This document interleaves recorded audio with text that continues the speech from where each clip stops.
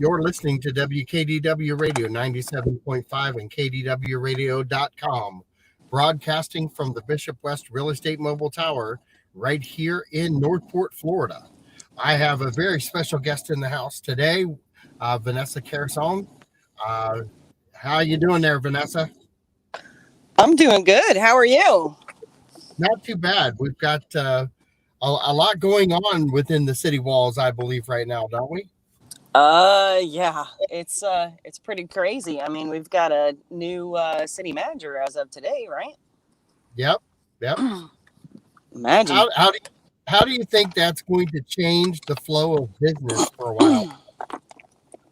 I don't think it's going to change the flow much. I think it's going to take him a little bit to get accustomed to kind of do a needs assessment. I mean, you can't just walk in the door and know everything.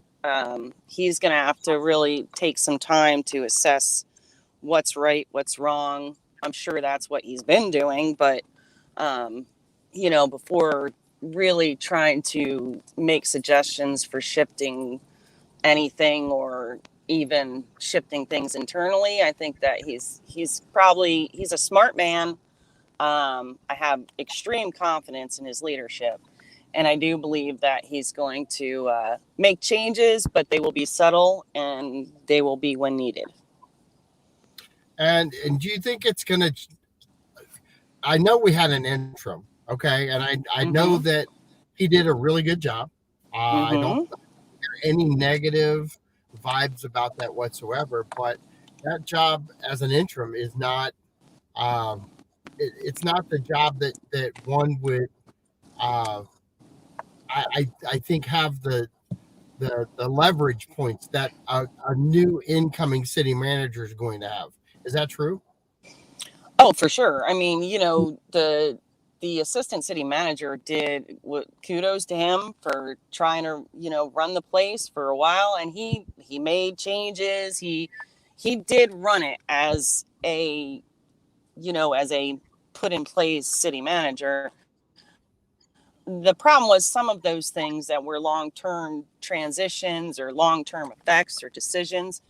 It's really not fair to put him in a position of having to make those types of decisions unless absolutely essential for the functioning of government, because you have another city manager who may want that transition back in place, So you're kind of caught between a rock and hard place when you're interim, because, you may have the support of the commission, but yet you don't want to destroy a foundation for someone else to come in and try to lead, Right. And how long did we go without a city manager? Which time? Well, Uh-oh. Here's the thing. I don't know that people actually realize there are a lot of times where we have gone without a city manager. A lot. True? A lot. Yes. And that by itself, I think that by itself can hold us back on a lot of things. It's true, but if you find out, even the League of Cities and other types of government entities will tell you that, city managers only stay for 4 to 8 years, believe it or not. I mean, they don't really get vested. We were lucky with some of our city managers who did stay longer than that, who were vested in our city. And when we were commissioned, early on, when we had our first real changeover of a city manager, when Mark Roth left in 2002, I think it was, we kind of figured out that there was this system of city managers, administrators, whoever they are, they only stay for so long, maybe 2 or 3 election cycles, believe it or not. Right. And then they move on. So, that's when we started making that requirement to live in the city for the directors, because quite honestly, if you're not vested in the city, then there's you got no dog in the fight. So you're not going to have the same heart for running it, managing its tax dollars than if you lived here. It's my feeling. Yeah. Well, and what do you think is going to be the biggest change that we will see as citizens within the next, let's say, 30 to 60 days? I think the biggest change you're going to see is more focus on public awareness. I really do. I think you're going to. This man is all about transparency. He's all about making sure that I don't know why. Are you there? Yep, you're there now. You Wait, kind of faded are you a little there? bit. Yep, we're here. Kind of faded a little bit, but you're back in. So. We have cloud cover. Welcome to Sprint. No doubt. That'll do it. Right? But no, I think the biggest changes you're going to see in the next 30 days is probably more of an outpouring of information to the public, on making sure that there's certain things that are, released, that we're going to have more access to our government and knowledge of what's going on. So I think that in and of itself is pretty important, because it's been real tough to get people to understand that what's going on, because we've, you can only do so much, but there's some great strategies that he's already implemented in all other locations that he was at, and bringing that idea to the city is going to be huge. It is, and I didn't get to meet him. I wanted to go that night. Things just occurred that I couldn't go to the meet and greet, but I'm looking forward to meeting him, and I'm hoping to get him on the show at some point. I know he's going to be overloaded for a while, trying to get his hands wrapped around this and moving the city forward. Mm-hmm. Do you think we've been moving, from your viewpoint, because you've not only been a commissioner, but you've gone through this same thing over and over and over again. It seems like. Yeah. Do you think we've been moving forward at a good clip appropriately at this point? Absolutely. You got to remember, we've been up against a lot of stuff, in this region, not this state. It's not just, city of Northport, and those things affect your production. I mean, we had issues with the opioid addiction, the grow houses, the economic downturn, flooding. Just so much, that really affects the whole area. And so if you think about it, I mean, we've only been kind of out of that whole huge economic downturn for about 10 years, if that. Yeah. So yeah, I think that's a little much, actually. Right. I think so too.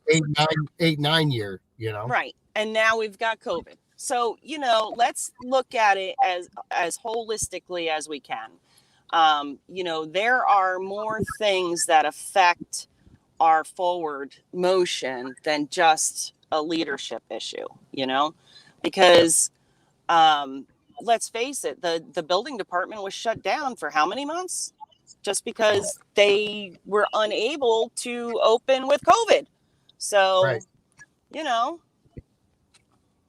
And we still seem to be pushing forward in a lot of areas. Yes. And I, we as citizens, a lot of times, I hear it all the time. Why is there another mattress shop? Why is there another flower place? Oh, hold on. Yep, I got the kids in the background. I know what you're doing. Thank you. Bye now. Seatbelts, please. Nothing like multitasking. I'm telling you. Seatbelts. Thank you. Yes, we're going home. Oy vey. Anyways, what were we talking about? So, we get these things going, a lot of Mm-hmm. times, and you guys, you in particular, have played an essential part back in the day of really the West Villages, the first conversations of the West Villages, Cute. right? Oh yeah, yeah. I was on the commission when we did the annex. The end of the annexation came when I was elected, and then of course I think we went through a year-long lawsuit or something to that degree, and then we were in the planning stages of the development plan, pattern book as they call it. And then the district creation, development, went to Tallahassee, legislation, lobbied them, made sure that, I was on the League of Cities. So, yeah, very involved. Yeah, and so, and I'm going to ask you this because you've been through all that as a commissioner. You've been now out of it as a citizen and back in as a commissioner, and you've had to kind of combat some of the issues of the West Villages that seem to keep rearing its ugly head. So I'm just going to ask you point blank. Uh, that's part of Northport because we annexed it in, correct? Yes. And that's kind of the key. Was we did a kind of, at the time, it was all about economic development and maybe the lack thereof. So we knew that we had to do a diversification in both the economic development side, but also in our housing industry, because most of our housing was low to middle income. So the whole idea of annexing into that particular region was to make a higher bracket of housing as well as a larger commercial industry area. So it was a give and take. They got what they wanted. They got their zoning. They got their pattern book. They got, rapid building permits. But in return, they were annexed in. We would be collecting their tax money, and there was a give and take there. So you can't just say, okay, well, I know that we made promises, you made promises, but you know what? We don't want to keep those promises anymore. It just doesn't work that way. Right. And I'm going to ask this because, one, you went through that beginning stage, then you were out of commission, then you came back in. Did you find that the interpretation of the history of the story was not intact? Absolutely. And not just in West Villages. I mean, there's just been a lot. Codes are not held up to their intent anymore. Now it's just interpretation. What is that? Oh, That's not me. I'm going to have to. That would be somebody who knows I'm on the show. How about that? That would have been my wife. Oh, come on, Carrie. I know what I'm doing, for Pete's sakes. I'm with her. But if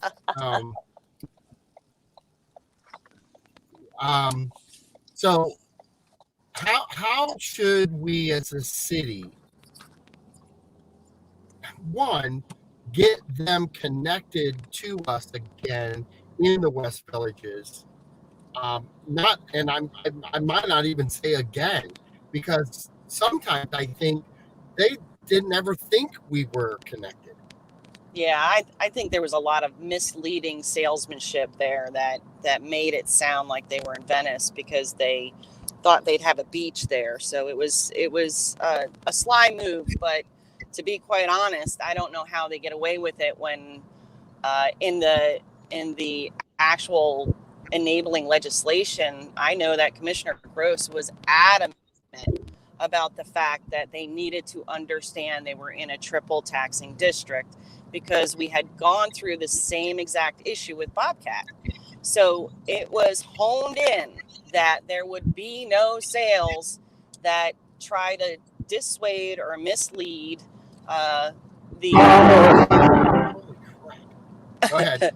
the importance of where they are and how they are a part of Northport.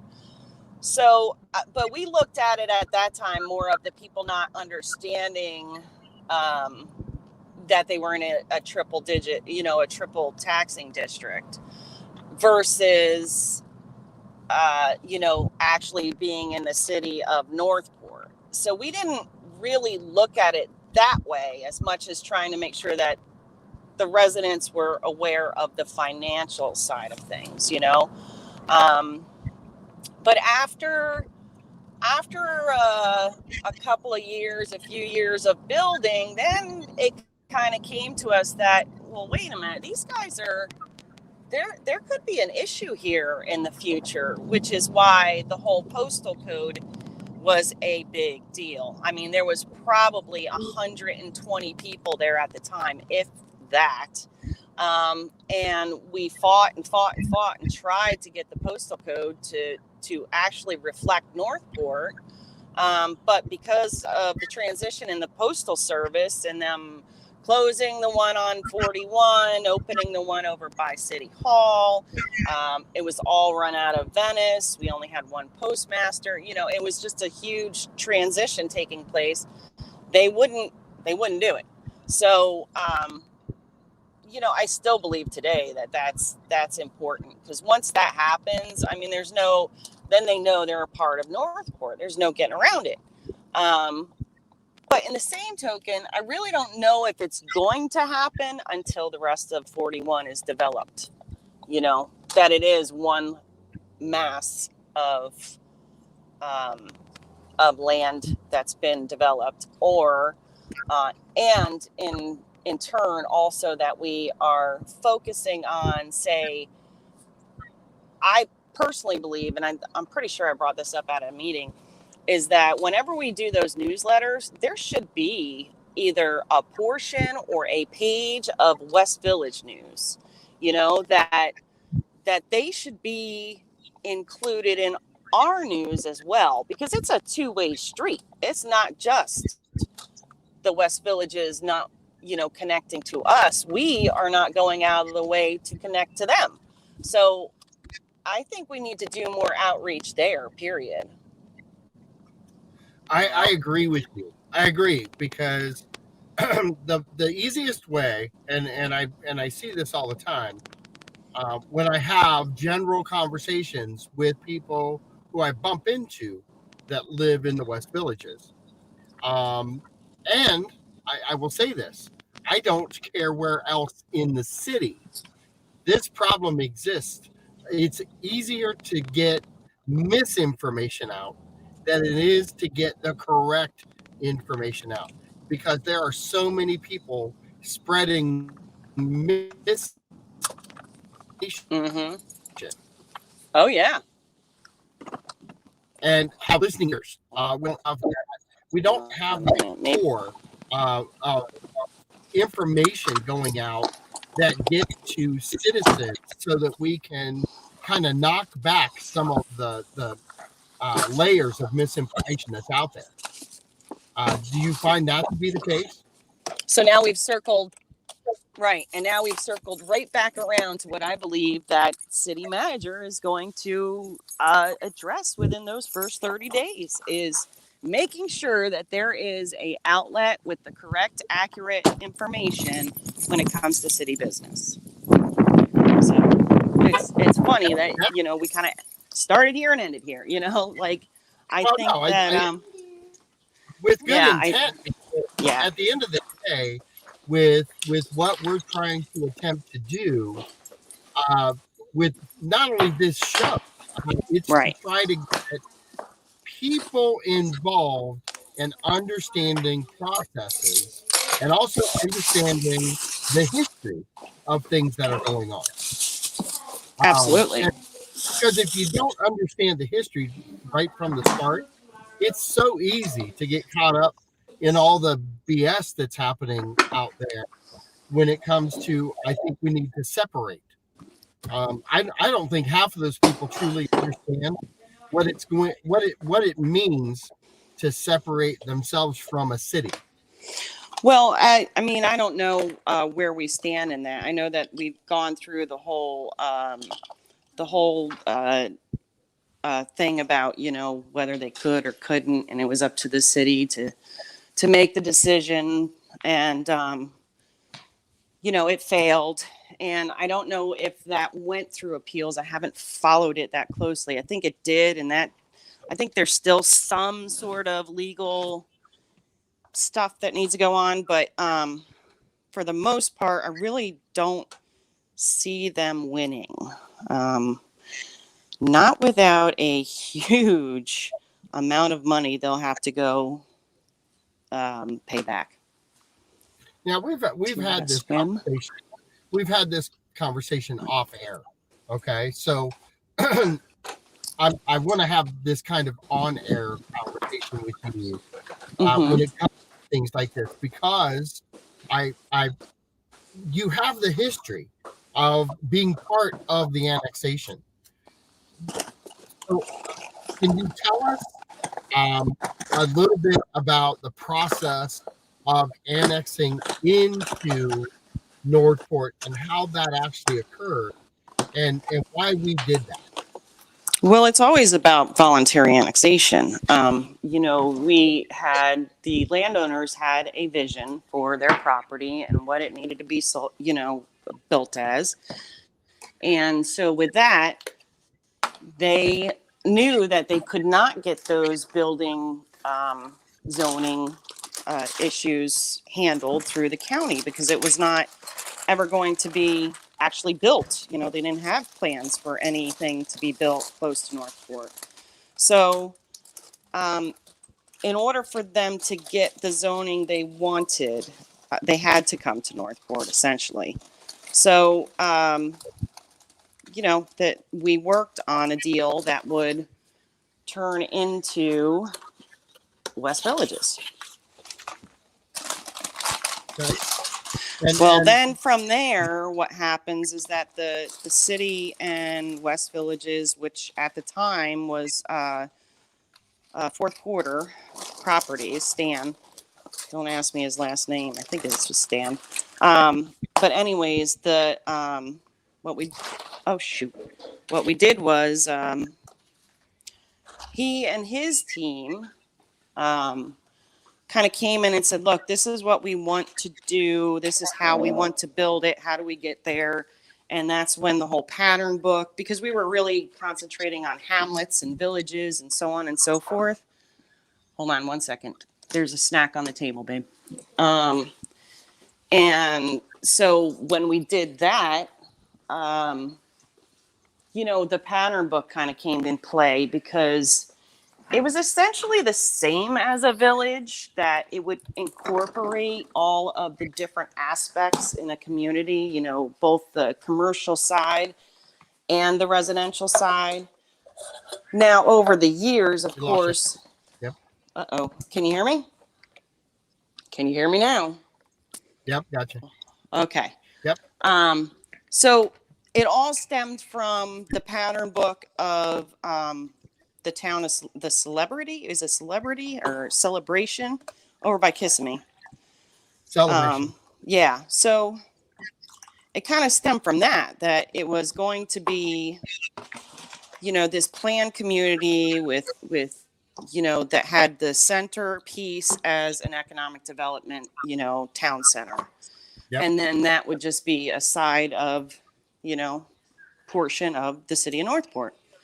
So what happened is that as the years went by, you have to remember that legislation had started making mandating things per se that weren't mandated when this place was built. You know, like back in the day, we could require a builder to put a road in, and somewhere along the line, the state said, per case law, I'm pretty sure it is, that no, you can't. No. So with that said, you know, it limited us on what we could and couldn't do. Right. And so now you've already kind of let the let the project out. You've already agreed to all these things, but in the same token, you never expected the laws to change to kind of prevent you from holding them accountable, you know, to a certain degree. I mean, there is their enabling legislation, but, you know, it wasn't easy to annex them. Let's not forget, we went through a lawsuit with the county because the county at the time, they did not want to see us expand. You know, let's face it, if the city of Northport is ever built out, it will be the largest voting block. It will be. And it will. Yes, I 100%. Yeah. So agree. That's now, you know, you're going into the waters of my pet peeve with. I know. So, you know, with that said, they did everything they could to prevent it from being the largest city and pretty much being the largest voting block. So, you know, they were not happy about the fact that it was actually annexed in. So there was a lawsuit. And we had a lot of fights with the county at the time, but for the most part, that lasted a while, and it took a while to get the enacting legislation to pass, you know, Tallahassee, and it took a couple of years, and then we did the post-annexation agreement. It said they had to be held up to certain levels and standards. Right. One of those things was doing 41, US 41. The other thing was making sure that they put in a welcome to Northport sign. It was big. That was a big thing. We wanted our entry sign. They wanted it to say just West Villages, and we wouldn't budge. I said, no, you can't do it that way. That's not the part of the deal. So my concern is that now they are no longer West Villages. They are Welland Park. And so will they continue to hold up that part of the deal? Because they're going to get rid of those signs, let's face it, if they haven't already. And will it still say Northport? Because those little things, those little tiny things, that's what makes people wonder, am I in Venice or am I in Northport? Right. And that's the kind of the I want to say sickening part of it all is because everybody that's there that pays taxes pays them where? To Sarasota County. Well, but it's the city of Northport too, right? Oh yeah. Really, the only thing we're arguing over with the West Villages is a man. I gotta be honest. Are we really arguing with West Villages? I mean, I don't think so. I don't think so either. I think that for the most part, it's just a few of them. I mean, I really do. I think that yes, there's a contingency out there, but you can't make me believe that it is a majority of citizens over there. I just don't believe it. I mean, and the best way to combat that is to go in and educate and make them feel part of the community. Absolutely. Yeah, that's the only way. Yeah, I don't know. I know that we've done things in the West Villages. I know that has happened. I just don't know that and I question this even throughout our city because we are huge. Okay. We don't have facilities in each section of our town to have a town hall meeting, so to speak. No, but you bring up an excellent point because the new city manager said specifically, sometimes you have to bring it to them. And that was I'm going to tell you, that was the key to my elections. Is I brought it to them. How many times did we have cheese and wine meet and greets? I mean, seriously. So the point is that Lewis, you know, city manager Lewis, he did a fantastic job at reaching out to West Villages. He would have like a meet the city night, once a month or something like that. He did a great job. And then we dropped the ball. Basically, I think what happened was, honestly, is that, they started that little group started their contingency. And I think it was just a matter of administration just saying, look, it's not even worth it. We go there and get beat up. So, of course, I've never gotten that from anyone. But in the same token, I get the feeling that's more likely what happened. But, there's things that we did. I mean, I fought MPO, West Villages. I was a thorn in Marty Black's butt for months to get that light up on Playmore.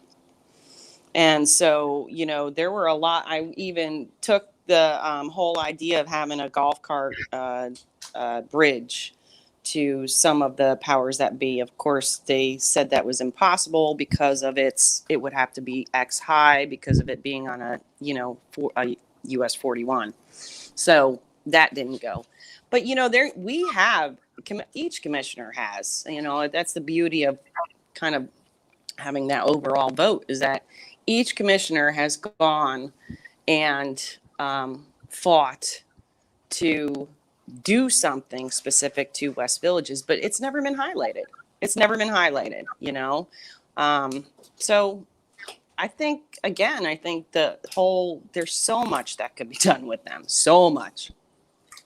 What are some of the things that if you had to sit back now and with our new city commissioner coming in, what are some of the things that you as an ex-city commissioner would recommend that he look at?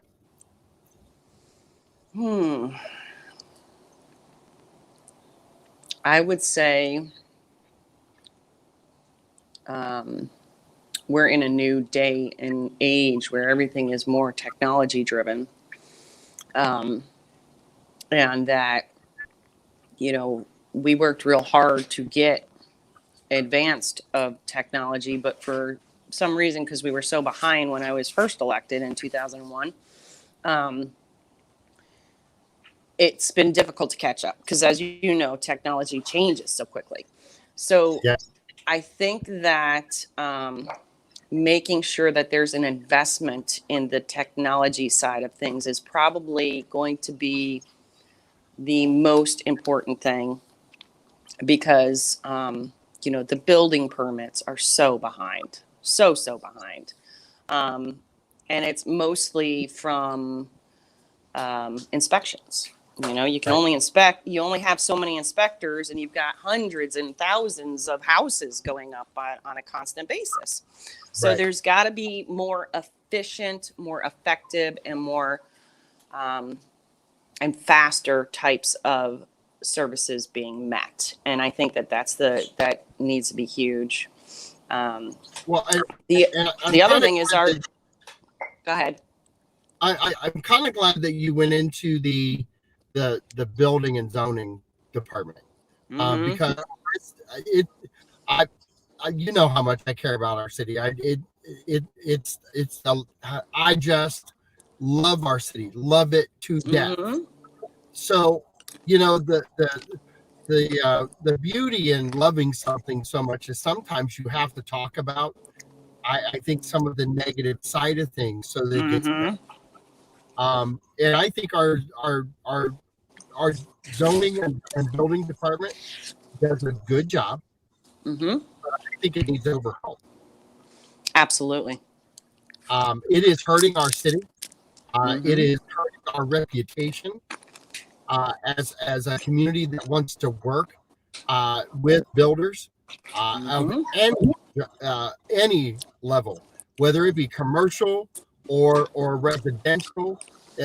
We do not have a good reputation, and where it matters the most is don't have that reputation on the streets.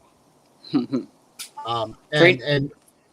it's true. I mean, I have actually walked builder to builder to builder in North, And when if people would just be honest and do that same walk and Mm-hmm. ask the same questions, I can't get builders to come on and tell the problems that they're having because they're afraid of the backlash. Repercussions.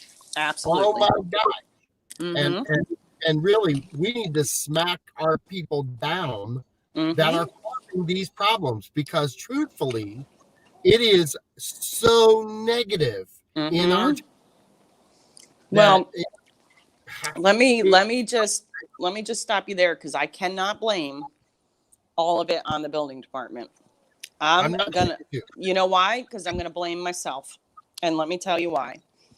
What we did as a commission, of course, back in somewhere between the 16 to 20 era, I think it was like between 16 and 17 or something.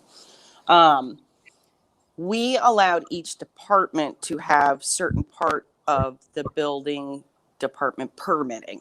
So, for instance, road and drainage has their own permitting. Not their own permitting, it still goes through the building department, but they have their own approval process. You have to have their road and drainage inspector go out, and this inspector may not know the code as well as someone from the building department and interprets it not exactly as it's intended. So you're yelling at the building department, but you really, people need to figure out where exactly the holdup is, because that's happened many, many, many times. The bottom line is they don't have enough people. They don't have enough people. And when you have a code, that is so sloppy and not clear and concise, well, of course it's going to be left up to interpretation. Yep. How do we fix this? Hmm. And I have to ask you this because you fell on the sword just now. Mm. You said I have to kind of blame my. Absolutely. So and anytime, and we've been friends a long time. We Mm-hmm. always uh we're always the first ones to fall on our sword if there's a problem. Especially Absolutely. Mm-hmm. if we did it. Okay. But what's the solution? Both of us are kind of solution driven. Absolutely. Yeah. The solution for really cleaning up the building department and making them a benefactor of positive information coming versus what we have now? And do you think the city manager, because I think that's the first thing he should attack. Absolutely. I agree. I think the first thing that needs to happen is that the building department, along with the planning and zoning, need to get separated again, because it's just too much for one administrator to oversee. You need to get back to the two different directors for each different department and have it like that, because it's too much. Then on top of that, there needs to be the once the ULDC code gets rewritten, or maybe even now as written, there has to be a large education training program on the ULDC and what's the intent and what's the length of this interpretation clause, because you cannot pull something out of the parking chapter and believe that it's going to be the same, have the same intent as parking in a CDC, a planned, a planned community. Right. It's not. So my point is that yes, there's similarities, but you have to look at that code and its intent, and you might even have to look at minutes of meetings. But there has to be some way that the people making these decisions are all on the same page, and that seems to be the bigger problem. And then there What needs to be some sort of a way for the city manager or whoever is the director, which they have. I mean, the building has a new manager now. So, or there is a new director. So that's good. But there has to be a way that the leadership will find out, and I'll just say leadership will find out who it is that's doing these things. The whole, oh, well, she complains, so she's the one who's not going to get their permit now, and amazingly that people who live or who work in that building department can get their permits right through, and their house is up in 60 days or less. Well, I have people that I know that have been trying to build since December 2020. So something has to be done. Mm-hmm.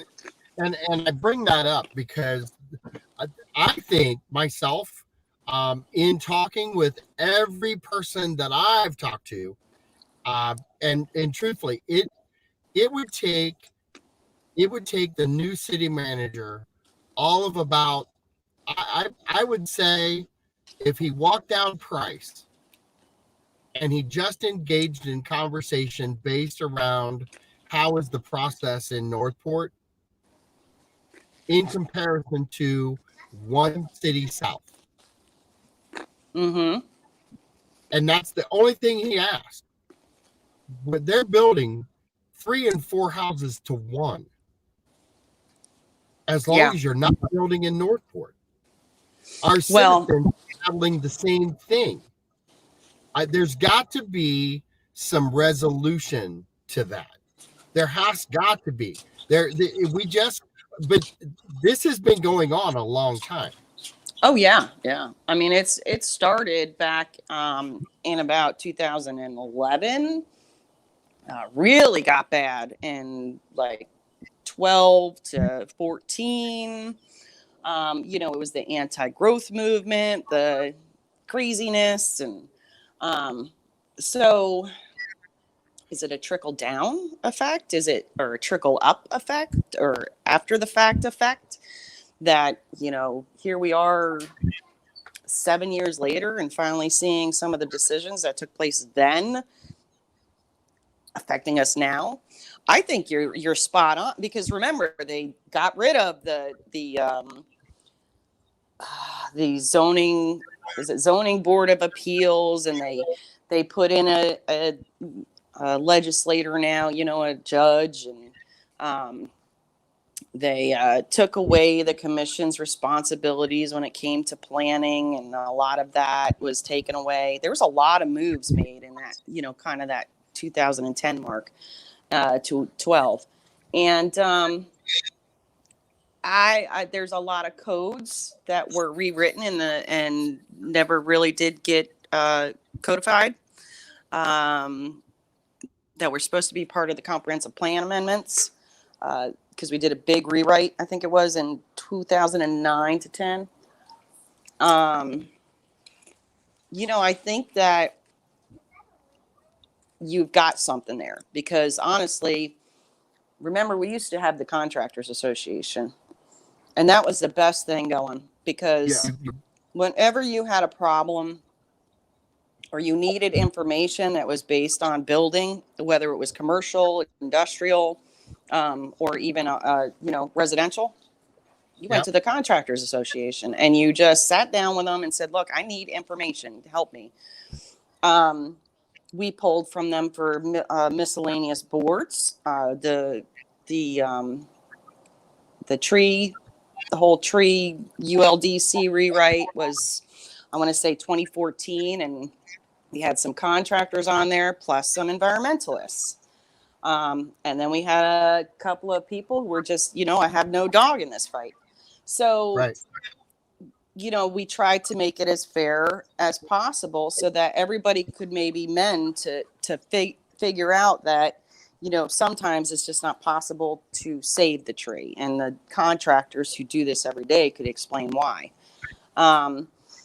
So, they were a huge part of making sure that the city, they were almost the body that watched over what was done, and if there was going to be a long-term negative effect, and they no longer exist. And so the chamber kind of started to take over, you know, and but then the chamber got blasted in certain, you know, time frame there for even being a part of the city. I mean, I remember they were going against the chamber for just using City Hall, you know. So like I said, is this a trickle down effect? You know, is it from years and years, you know, and then we've got all these people who change out and you got new people, and there's no history there. There's no, you know, relationships. And so is that part of the problem? I think you are spot on. There needs to be a community conversation, brutally honest, with just the city manager only.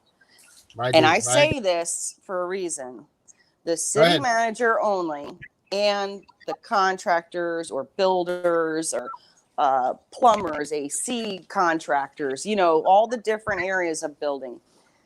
And hey, you know what? You want to throw a couple environmentalists in there, fine. But my point is that do an assessment, a needs assessment with those people who are on the boots on the ground, day in, day out, trying to get a permit, right? Yep. And the reason why I say only the city manager is because these contractors that show up, these people that come in are not going to speak frankly if, one, there's a commissioner, if, two, it's being recorded for minutes and public record, if, three, you have building staff there. It's not going to happen. So in order for it to be productive, it would have to be just the city manager and a group of folks, and just hash it out and find out where the you know, needs are, what's the pros, what's the cons, and what needs to be done to address it, and just do an assessment and get it done. It's kind of amazing when we sit back and we talk about these types of things. It amazes me because I've been hearing this even back at the last economic boom, the 04, the 05 era. God, do you see how many houses are going up?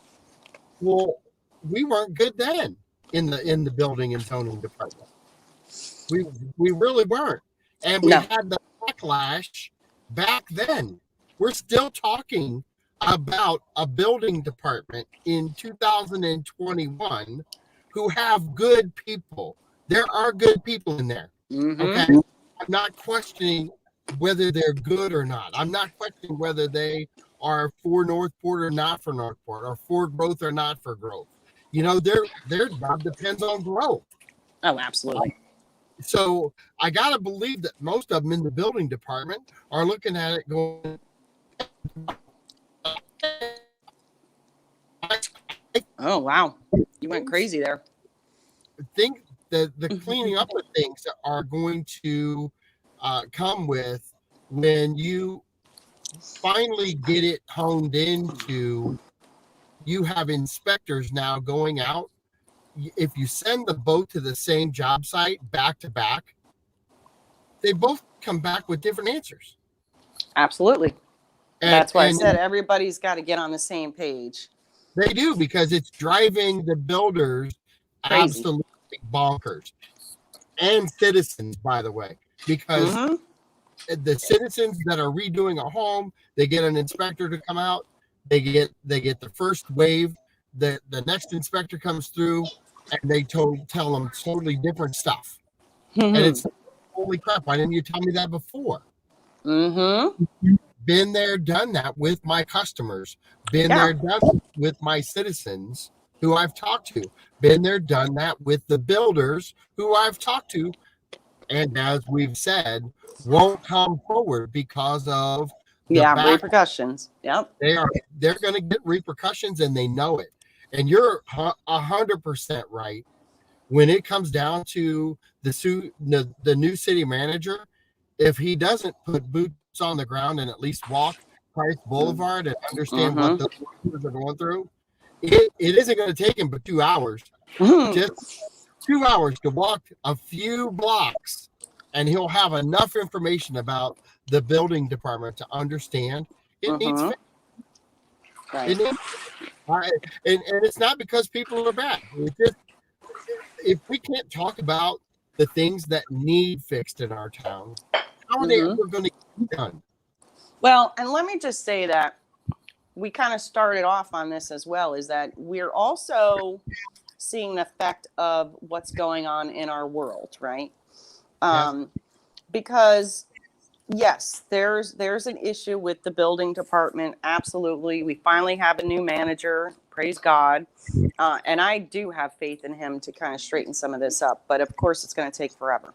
But, you know, just like in the 2002 to 6 era, we are really understaffed for the type of building that is taking place in this city. And I was yelling for, you know, the 4 years I was back. We really need more inspectors. We really need more people. We really need the building department. You know, they are independently funded to a certain degree. You know, their inspectors and some other portions of it can be funded by those permits. You know, it's not like the general government per se, you know. Right. So with that said, you know, it was hard. You know, everybody could kind of see it coming, but they didn't want to spend the money to be ready for it. Okay. And I think that is really the biggest problem with commission, is not having that forward thinking ability to see that this action is going to cause this reaction. Now, granted, there are times you can never look through that crystal ball. But then there are times when it's pretty common sense that if you are seeing your building permits increase by 30% on an annual basis, your level of staffing from last year is not going to be the same as this year. So, you know what I mean? Like, pretty common sense. But point is that I think that the reorganization of the departments also have to take place. That is not going to go away. The technology needs to be assessed, needs to be done. There's got to be a better, efficient way to do things. And there may be some staffing levels that need to increase. I mean, when you've got only 2 people at a window, these people are waiting hours in a lobby because they're only letting 1 person in at a time. What the heck? You know what I mean? Like 20 people sitting out in the lobby waiting. But again, and then, you know, they get up to the window and they're like, no, that's road and drainage. You know, so there's a lot of stuff that we need to figure out how to, and I say we, because it's not me anymore, but, you know, they really need to figure out how to make it more efficient, and God bless those in charge, because it's not going to be easy. But, you know, we go back to that whole idea of this taking place back when we were booming the last time, and now we're booming again, and just not being prepared for it. Well, the sad thing is, last time we got prepared, and we were prepared, but then the economic downturn occurred and we had to lay people off. And I think that has caused a lot of people and created this, maybe we're not going to hire so many right away kind of feeling that has taken place in the city. And I don't blame them, you know, because that was probably the worst part of my 8 years there. Well, I can see that, but, you know, we don't have any of the signals right now that we're going to slow down. No. Well, I mean, I know that the building industry essentially, I mean, the building industry is going to start increasing, but the real estate market, I think that's going to level out. Let's just put it that way. I don't think it's going to be like this forever. No, it's going to level, but what I'm talking about is I don't see that big economic downturn. No, I don't see that either. I don't either. And I really don't see that same scenario playing out that happened before, where we had to lay people off because of the downturn. I think we're strong enough now and futuristic looking I don't think I agree I too. don't, No, I so, agree wholeheartedly too. And that's where I say that maybe, and of course I am merely saying maybe because I don't know, but maybe that is one of the reasons why people were so gun shy to actually be right, prepared, prepared versus just having to respond, right. Well, I'm just listen, guessing. I just looked down at the clock. We're at 4 o'clock. I gotta get off the air. I'm gonna get You're going to get dinged. in trouble. Yeah. So happy Friday, everybody. Be safe. And Vanessa, Yes. great conversation. I'll talk to you soon. This is Be John safe. Rawlings, Vanessa Carusone saying be safe and have a good weekend. Bye-bye now. Bye.